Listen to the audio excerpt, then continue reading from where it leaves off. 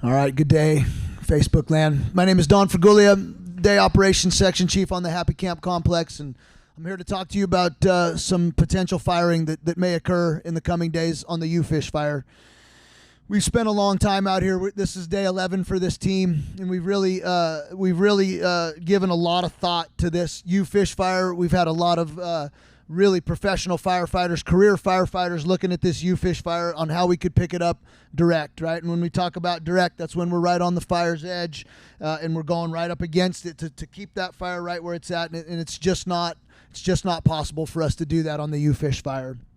And that's based upon a couple of different things. The terrain is challenging to us, and really the biggest driver of that is the snags. And most of you that are from here know that there is some burn scar in here from previous fires.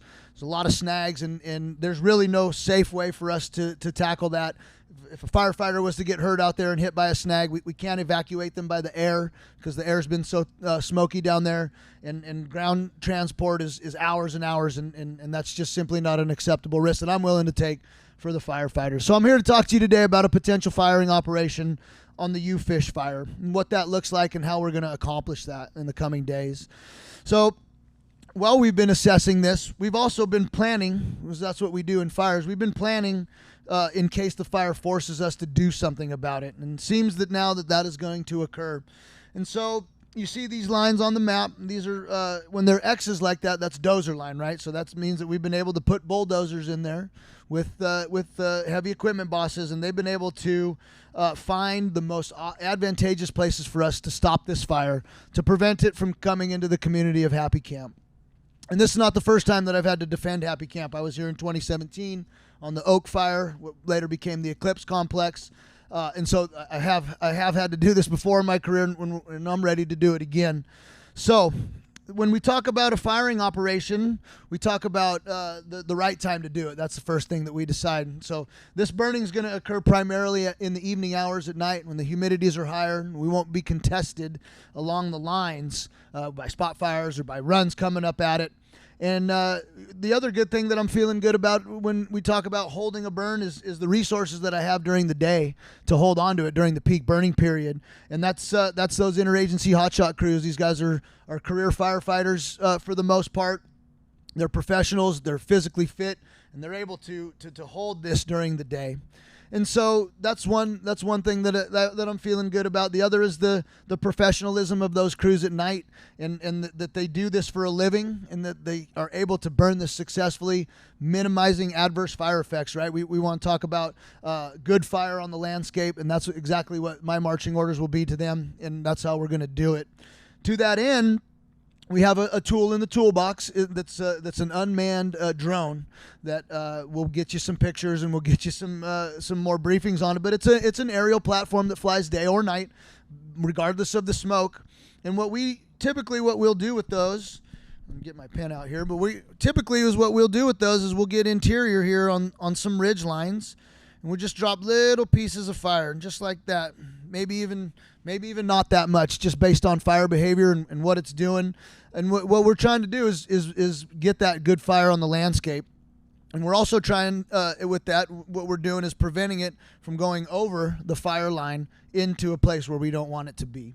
So the unmanned drone will use these tools to use ridges very gently, nice, easy fire on the ridges. And that's how we're going to accomplish that fire interior. And then the plan is when we do start, we always start at the high point, right? We start on Titus Peak. Right here is a hella spot on Titus Peak. We can drive up there, and we're going to go since the priority is to protect Happy Camp, as well as the structures in Elk Creek, is we're going to start at Titus Peak, and we're going to start working our way to the north and to the west as we come out.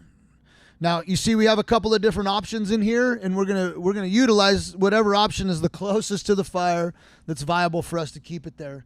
So you see these different dozer lines, we have options in there, right? As we start to come down to the Klamath River, we have options to try to shorten it up. So we know that we have structures out here, right? We know that there's people's homes in all these shaded areas, these pink, purple shaded areas.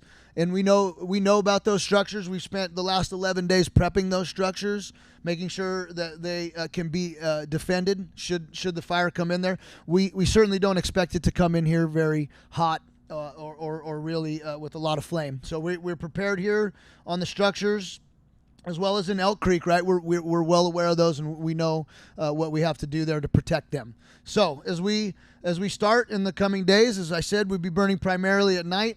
It will be smoky upriver here in Happy Camp, and there's really nothing that we can do about that. And want to make everybody aware that this will produce smoke, and that it will be smoky in Happy Camp and the surrounding areas. And so as we go along, we'll keep you updated on a daily basis. This is not something that we're going to do, in 1 or 2 nights, right? We're talking 7 to 10 days long as we go about this, and as we bring fire down. It's a slow go. That's to make sure that we're doing it right, and we want to make sure that we leave a good product for the forest and for the local community as we do this burn show. And so after we get this part buttoned up here, we will have to continue on down and bring it along the bottom down here. That will also take many days of firing. Make sure that we do it right. And so we want to let the people know that's what we have going. The Malone Fire is in the same status, and really the Malone Fire, what's good about it for us and is buying us time right now is this is on a north slope, right? So it's shaded out more during the day. We're getting to that point in the year where we're past that burning period being quite so long. And so we feel that Malone actually is a little bit of a lower priority. I feel good about where it's sitting on the landscape. I feel good about the prep that we have in. And so when that Ufish, once we're done there, we will have to come back and finish up the Malone Fire. But we're going to wait and do that until we get Ufish in a place where it's not going to threaten Happy Camp. The last one I want to talk about for the Ufish Fire, and you locals will definitely know this, this piece right here shows no fire history, right? And that is kind of the last piece. And so we really want to keep it out of there. We want to keep it. We want to keep that from having any fire history in it, to be honest with you. And so that's the why. That's why we're going to have to do this tactic. It's definitely not the first time we've had to do this, and it certainly won't be the last. And so I want to assure everybody that we have the right resources out here. We have the right leadership, and we're going to do it right. And so you'll be hearing more about that in the coming days. And with that, we'll talk to you later.